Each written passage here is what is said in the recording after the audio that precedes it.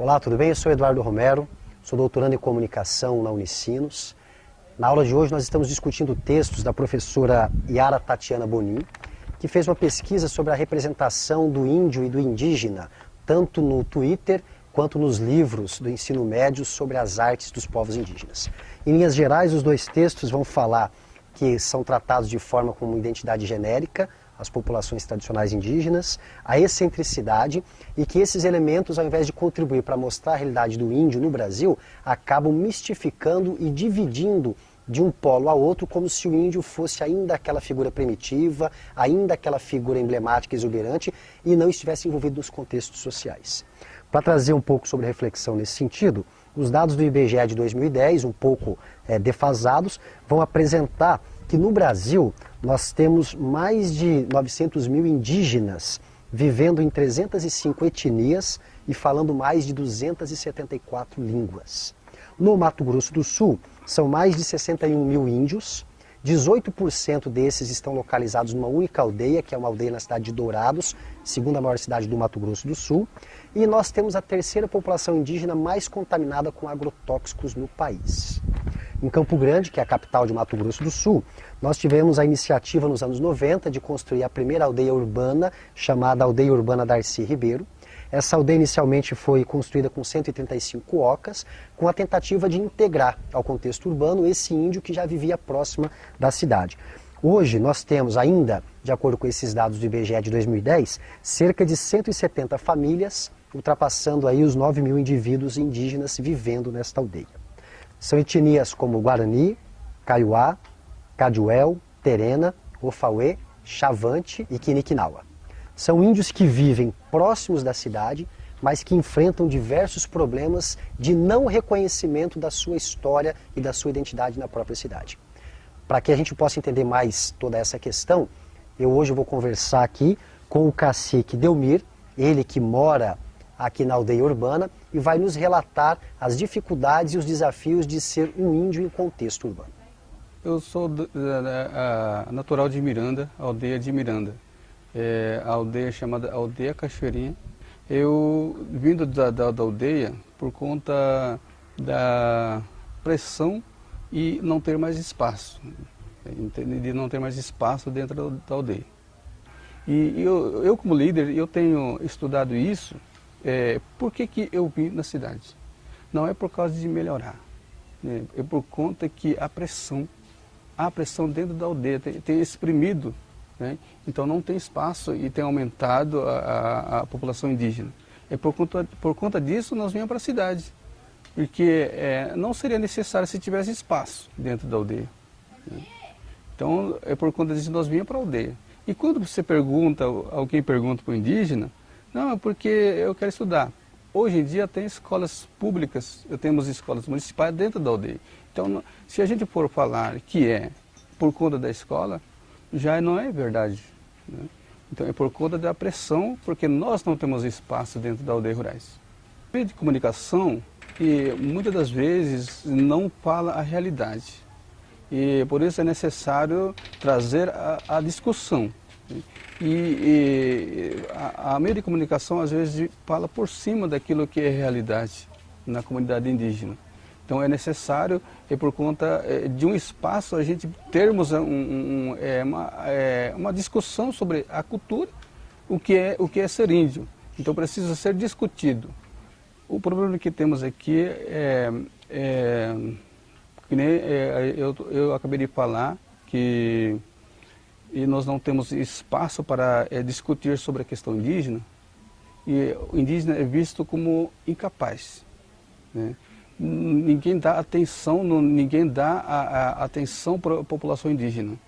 Na verdade, ninguém vai a uma pergunta, né, a uma indígena para dizer o que você precisa, o que você tem, né? Ninguém pergunta a opinião indígena. E por conta, só vendo indígena, fala que é incapaz. Na verdade, somos todos um, todos somos capazes, né? Então, quando a gente procura um espaço, o poder público não dá espaço para a gente. E eu quero dizer também que muitas das vezes quando ocupamos espaço, mas aquele espaço não nos permite fazer projeto nenhum. Esse é o problema que nós enfrentamos hoje. Agora, no começo do ano, nós fundamos uma organização chamada Organização dos Caciques Urbanos, a que eu represento.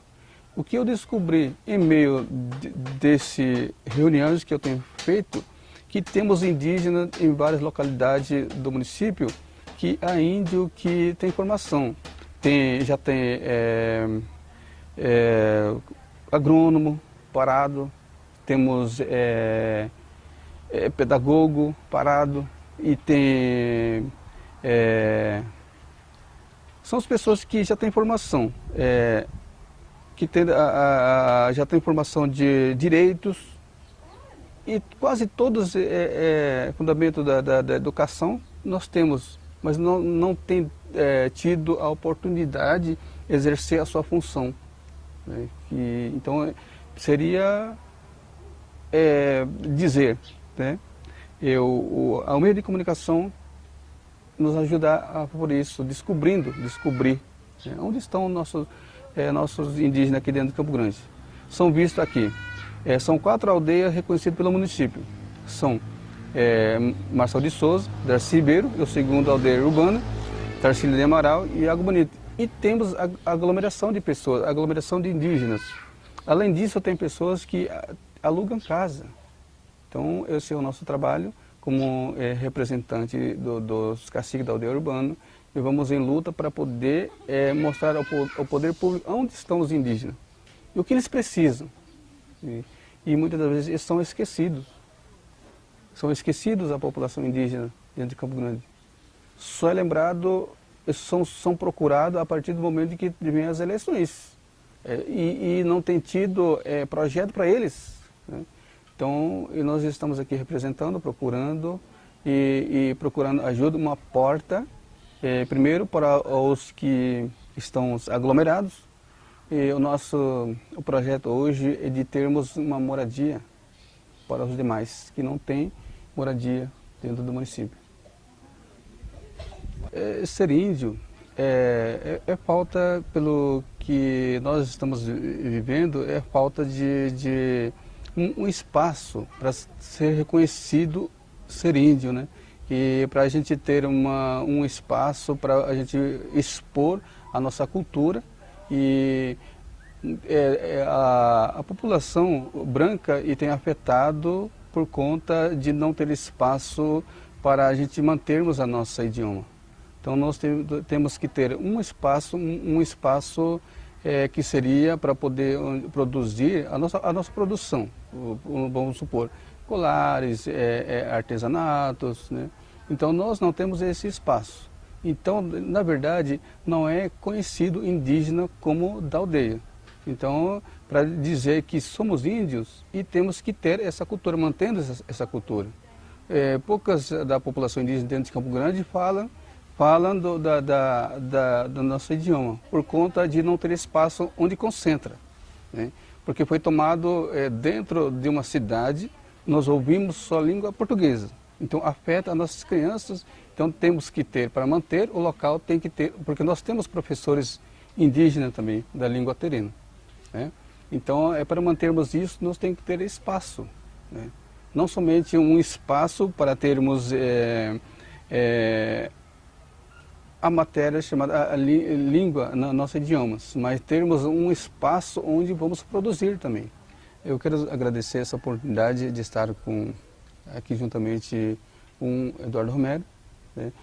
Com essa pesquisa. Eu quero só agradecer e chamar a atenção daqueles que vai nos ouvir e saber que existe hoje uma organização das lideranças indígenas urbanas. Eu só quero agradecer isso. Ainda por nós, de nós a Passicabi, Motoat, esse a Home Uti, Koyuha, Purutoi, a Koi Hausaputi, Takoene, Hausonuti, e nós a Passicabi, né? Coine, Guahá, Terena, Delmir Candelário, em Giacono. Ainda bem.